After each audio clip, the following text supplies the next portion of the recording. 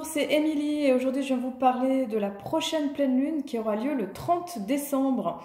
Alors c'est la dernière pleine lune de l'année et elle va nous permettre de faire la synthèse de cette année 2020 qui a été une année si particulière. Je refais un petit peu le plan de ce qui s'est passé. Donc le 14 décembre, on a eu la nouvelle lune, éclipse solaire totale qui nous a fait commencer un nouveau cycle et clôturer justement un ancien monde. Le 18 décembre, on a eu le passage Saturne dans le signe du Verseau. On a eu le 20 décembre, Jupiter qui est aussi passé dans le Verseau. 21 décembre, solstice d'hiver, nuit la plus longue de l'année. Et aussi la grande conjonction entre Jupiter et Saturne. Événement dont tout le monde parle, comme le passage justement dans le signe, dans l'ère du Verseau. On passe vraiment à une nouvelle ère de 2000-2500 ans. Et on vient quitter cette ère du poisson qu'on a eu depuis à peu près l'avènement du Christ. Et on rentre vraiment dans une nouvelle époque. Donc c'est vraiment un moment très intense. On a eu après tout ce passage avec Noël, de cette incarnation de notre présence divine, de notre je suis divin, de notre vraiment faire descendre notre âme dans notre incarnation de matière. Et là, on se retrouve pour la pleine lune justement dans cet axe Capricorne, Cancer, donc Soleil en Capricorne, qui a eu vraiment tout ce temps de transformation et de régénération tout le long de cette année 2020. Et pour vraiment trouver justement une nouvelle façon, de nouvelles structures, un nouveau rapport à la matière. Voilà, donc il y a tout ça qui a été travaillé. Et c'est vrai qu'on passe au signe de terre, donc après le feu du Sagittaire qui amène cette connaissance, qui amène cet enthousiasme et cet espoir. On amène tout ça, on vient l'ancrer quelque part dans la matière, dans la terre, très matérielle, pour justement voir germer de nouvelles graines, de nouvelles idées, de nouveaux projets. Mais pour ça, voilà, il va falloir mettre tout ça en terre et pour justement incarner cette nouveauté. Alors, comme à chaque pleine lune, on a une opposition, donc un axe particulier qui est dessiné.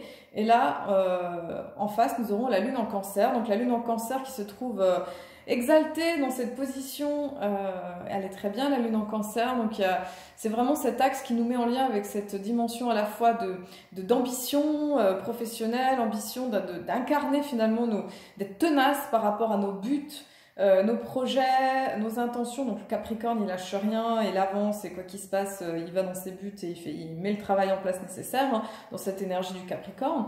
Et en face, on a la lune en Cancer qui est, on va dire, tout l'opposé. C'est vraiment cette dimension reliée au rêve, à la magie, à cette féminité, à l'énergie de la maman, de la matrice, de cette mère intérieure qu'on a tous.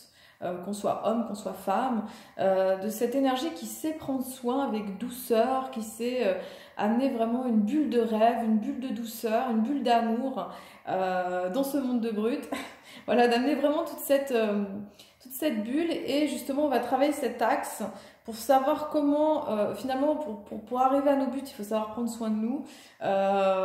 Pour justement, c'est important d'être dans ce cocon, mais pour pouvoir aussi mieux immerger dans le monde. Donc on a vraiment tout cet axe qui va être travaillé durant cette pleine lune un petit peu spéciale. Alors ensuite on a le soleil en Capricorne et Mercure qui sont dans le signe du Capricorne, ne sont pas exactement en conjonction, donc on va vraiment avoir ce besoin finalement de décortiquer les choses, de réfléchir avec beaucoup de discernement, avec la lucidité très typique du Capricorne, très saturnien en fait, avec beaucoup de détachement et d'objectivité. Je pense qu'on en a tous besoin à notre époque où il y a beaucoup d'informations qui sont pas toujours, qui sont un peu contradictoires. Et il va y avoir un superbe trigone, donc un aspect harmonieux avec Uranus, qui est aussi en signe de terre, dans le signe du Taureau, déjà depuis quelques années, et qui va nous encourager à l'innovation, à créer du neuf, à faire vraiment créer de nouvelles voies pour ce signe, pour cette émergence dans l'ère du Verseau. Donc c'est intéressant, on passe dans ce signe d'air, mais pour ça on va rentrer dans cette nouvelle saison de l'hiver et qui commence par justement faire germiner, être en gestation justement. Le Capricorne pour moi ça représente vraiment cette gestation des graines qui vont donner finalement les prochaines pousses, les prochaines plantes pour le printemps prochain. Alors tout ça, là, c'est dans cette matrice de la mère Terre pour nous aider justement à développer ces futurs rêves, ces futurs projets là qui sont dans cette matrice chaude de la maman Terre, mais aussi à l'intérieur de nous, pour créer ce nouveau monde. Voilà, tout ça, c'est dans le ventre et puis ça va bientôt, ça accouchera dans quelques mois.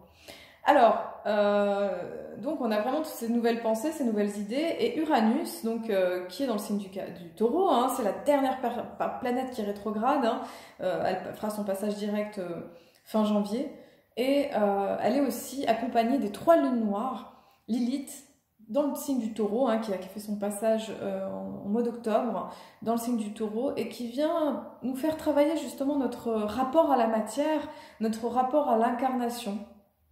Alors c'est sur plein de plans différents, mais en tout cas c'est vraiment ce plan lié, donc chez les Mayas on va l'appeler aussi le Baktun, de l'ère de la transmutation de la matière. Voilà, on a toutes les époques comme ça qui sont décrites, et c'est vrai que la Terre qui est en train d'ascensionner, qui est en train de faire son passage dans son corps de lumière, tout en étant dans cette dimension matérielle, il y a vraiment ce passage vibratoire qui est en train de se faire, et Uranus en Taureau nous parle de ça, nous parle justement de cette énergie, de cet éveil, de cette foudre, hein, parce qu'Uranus c'est la foudre, hein, c'est l'éclair hein, qui vient éveiller, hein, c'est l'énergie christique aussi qui vient amener cette dimension d'amour inconditionnel, qui vient spiritualiser la matière, hein, c'est ça. Et eh bien, il y a vraiment tout ce travail qui est en train de se faire par rapport à cette notion de matérialité. Parce que c'est vrai que, on va dire que l'humanité, elle s'est quand même perdue dans cette notion de matérialité, d'avoir en fait, hein, surtout dans je dirais dans notre société de consommation. Et je pense que cette lune noire en Taureau, elle va quand même pousser justement à une remise en question de cette société de consommation, cette société d'avoir matériel, de biens matériels, qui peut nous éloigner justement de notre spiritualité, de notre matière. Alors ce qui est intéressant, c'est justement, ça va être de trouver le bon équilibre, parce que ça ne veut pas dire qu'il faut tout renoncer au confort, à l'argent et tout ça, non, c'est pas ça. Ça va être quelque part, de trouver la juste place de la matérialité, de la notion d'argent, mais au service de quelque chose de plus grand en fait, d'une notion de spiritualité, d'éthique, d'idéal, qui finalement nous aide à élever l'humanité et non pas à asservir et à comment dire, enfermer les gens, la société, enfin voilà, toute l'humanité, en tout cas les sociétés de consommation, dans quelque chose de matériel, d'assouvir finalement des besoins spirituels, des besoins affectifs au travers de matérialité, et finalement de nous enchaîner à quelque chose qui nous empêche de nous élever. Et en même temps, ça ne veut pas dire que voilà, ça sera forcément renoncer à tout. Voilà. Mais ça va être une profonde remise en question en fait, de cette notion de corps, de matérialité, de l'avoir, de toutes ces notions pour justement les élever à un niveau supérieur. Alors, ce qui se passe aussi avec cette pleine lune, donc on a Vénus aussi qui est passée dans le signe du Sagittaire déjà depuis quelques temps, et qui va se retrouver conjointe au nœud sud qui est dans le signe du Sagittaire. Donc vous vous souvenez, on est toujours dans cet axe Gémeaux-Sagittaire, cet axe qui est très fort au moment des éclipses, hein, qui vient justement nous aider à planter le décor pour les 6 prochains mois. Et c'est vrai qu'en ce moment on travaille à démanteler toutes les vieilles croyances en lien avec le Sagittaire, hein. On vient purifier cette notion de Sagittaire, hein. Ça ne veut pas dire que voilà, les gens du Sagittaire ils ont besoin de forcément décontaminer des choses, mais on a tous cette énergie à l'intérieur de nous, et c'est très en lien justement avec ce côté en lien avec les théories, oui la vérité c'est comme ça, et puis c'est absolument comme ceci, comme ça. Voilà, donc on est vraiment en train de transmuter ça, parce que le nœud nord en Gémeaux, il nous encourage à aller chercher une vérité, à partager, partager avec les autres, à écouter différents points de vue, et pas forcément s'enfermer dans quelque chose. Ça encourage aussi à partager avec les autres, plutôt que de défendre un point de vue ou une opinion, quoi qu'il se passe. En tout cas, on est en train de purifier aussi donc Jupiter, hein, qui est quand même maître dans il est passé dans le signe du Verseau, on va décontaminer finalement peut-être des croyances d'avant par rapport à la fraternité, par rapport à la notion de communauté, par rapport à la notion de partage. Je pense qu'il y a des sérieuses remises en question qui vont commencer à se faire par rapport à ces notions de fraternité, de partage, de société, hein, des notions sociétales, pour arriver justement à penser à une autre structure. Donc là justement, Mercure ayant Capricorne, il va aider justement à réfléchir, à commencer à penser à de nouvelles structures, comment nous aussi on peut amener de nouvelles structures dans notre vie et comment on peut amener justement tous ces changements. En tout cas, Vénus qui est au nœud sud, elle va nous demander de purifier aussi, de travailler sur cette notion de Vénus, c'est-à-dire l'amour, l'argent, l'art, l'esthétique, la beauté. Quel est notre chemin de beauté? Comment on a pu aussi aimer, hein, comment on a aimé cette année, hein, quelle est cette notion d'amour, hein, d'idéal, quelle a été notre poursuite d'idéal cette année en fait, et est-ce qu'on est arrivé finalement à nourrir un but plus élevé? Parce qu'en fait ce qui se passe c'est que Vénus va se trouver en carré avec Neptune. Et en fait, ça va nous demander de nous défaire de formes d'illusions. Avec Neptune, c'est toujours se défaire des illusions, peut-être voilà, par rapport à cette société de consommation qui veut nous faire croire que le bonheur se trouve dans le fait d'acquérir plein d'objets ou d'acheter, et qu'en fait, finalement, c'est un bonheur très creux. Eh bien, il va y avoir cette notion justement d'aller décontaminer en fait ces croyances peut-être liées à la matérialité, d'élever notre idéal vers une notion d'amour supérieur, parce que Neptune en Poisson nous parle d'amour inconditionnel, finalement de service en lien avec notre âme, avec notre mission divine, hein, quelque part, et de voir comment finalement on arrive à manifester tout ça dans la matière, hein, dans la matière la plus matérielle, la plus brute, comment on incarne tout ça. Donc ça nous demande de revoir quelque part notre idéal aussi amoureux, notre idéal en lien avec la matière, avec nos avoirs, nos possessions, avec par exemple le lieu où on vit, par rapport au travail que l'on fait, est-ce que ça vient refléter finalement l'être que l'on est en profondeur, ou alors est-ce qu'il y a un décalage, voilà. Donc il y a vraiment toutes ces notions qui sont là. Et le carré, il est exact entre Vénus et Neptune, il vient nous encourager à élever cette notion d'amour et à rester finalement centré, hein, parce que les carrés mutables, ça invite à beaucoup de dispersion. Et là, justement, ça nous encourage à rassembler l'énergie. Alors après, ce qui se passe, donc ce qui est intéressant, c'est qu'on va avoir donc ce passage entre 2020 et 2021 qui va être vraiment incarné, quelque part, matérialisé par les grands carrés en fait qui se sont produits en partie durant l'année 2020. Alors, je cite Pluton en Capricorne, qui est toujours dans le Capricorne et qui fera son passage en 2024 dans le signe du Verseau. Et là aussi, ça sera un grand changement, hein. Il y a plusieurs étapes, hein, dans cette ère du Verseau. Et je vais vous montrer la carte du ciel, parce que du coup, je ne vous l'ai pas montré. Donc voilà, donc Pluton, donc on va voir Pluton qui va faire un carré qui continue à faire ce carré avec Mars en Bélier, hein. Vous savez, Mars en Bélier qui est là depuis fin juin, qui passera après dans le signe du Taureau, début janvier, mais on a vraiment eu tout ce besoin de renouveler l'énergie toute cette année, toute cette rétrogradation de Mars qui nous a encouragés à revoir notre action, à revoir nos buts, et ce carré avec Pluton qui a mis des sacrés freins, hein, soit dans de la répression intérieure ou extérieure, qui a pu causer aussi beaucoup de tension, de colère, de violence, de répression à l'intérieur, hein, manifestée un petit peu par ce qu'on vit aussi en ce moment dans notre société. Donc on a vraiment ce passage, hein, avec ce carré Mars-Pluton, et après justement on a Saturne et Jupiter qui sont dans le signe du Verseau, qui vont faire un carré avec Uranus, qui va être l'aspect majeur de l'année 2021. Donc c'est-à-dire que toute cette année 2021, on a Jupiter et Saturne là dans le signe du Verseau, donc qui vont vouloir amener quelque part cette nouvelle énergie, cette bascule dans le signe du Verseau. Et c'est vrai que Saturne va un petit peu contenir les choses jusqu'à peu près début février.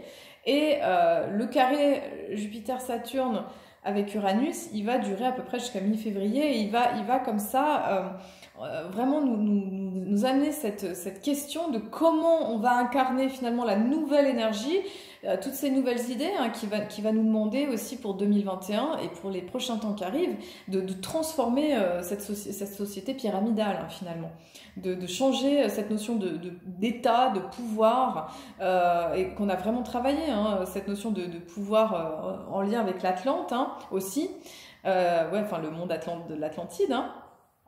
Et du coup, ça va être important de transformer justement cette notion de pouvoir et aussi de comment le nouveau va arriver à s'incarner dans 2021 et dans les prochains temps qui arrivent. Donc ça va être la tension majeure hein, qui va être là, qui va quand même avoir du poids. C'est comment on va amener ces nouvelles énergies en 2021 et comment, parce que l'ancien il veut pas lâcher sa place, hein, on va dire, et le nouveau, bah, il est en train d'advenir quoi qu'il se passe.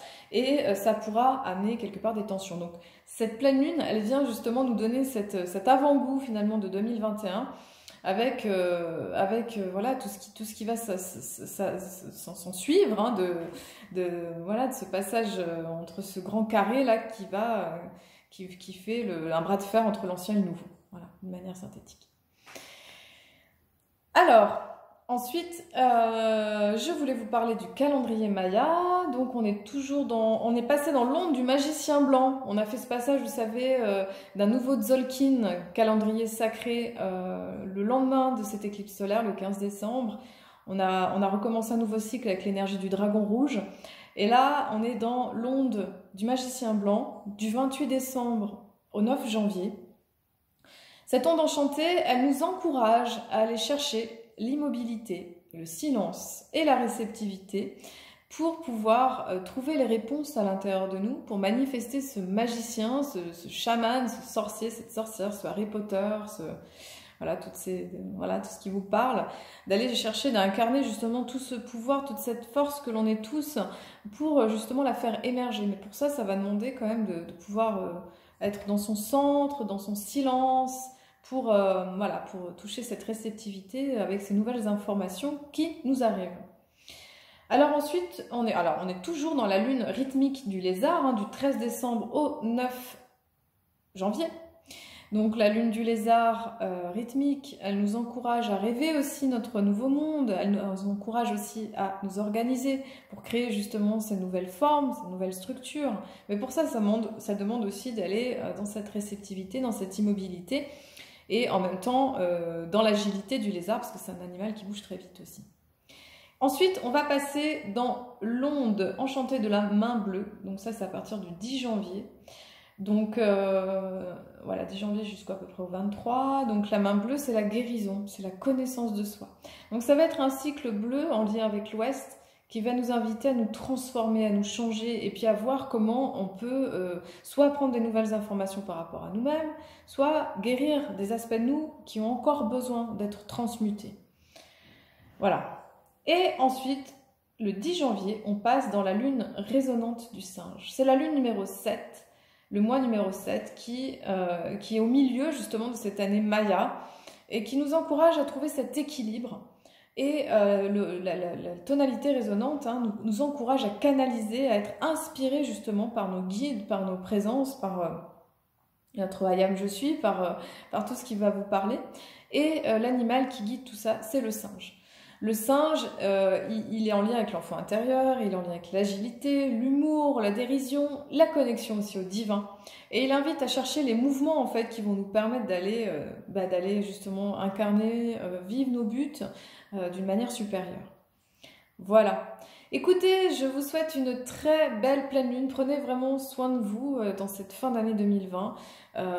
Voilà, si vous avez l'occasion de faire le bilan de tout ce que vous avez pu vivre, je vous encourage à le faire et puis aussi de poser un petit peu vos intentions pour 2021, de ce que vous voulez voir manifester dans votre vie et dans ce nouveau monde hein, qui est en train d'advenir, parce que je pense qu'on vit vraiment un moment historique avec ce passage dans l'ère du Verseau. C'est comme si on passait du Moyen-Âge à la Renaissance et que c'est vraiment quand même quelque chose d'assez exceptionnel. Je vous souhaite un très beau passage en 2021. Prenez soin de vous avec beaucoup de douceur et beaucoup d'amour. Merci à vous et je vous dis à très bientôt.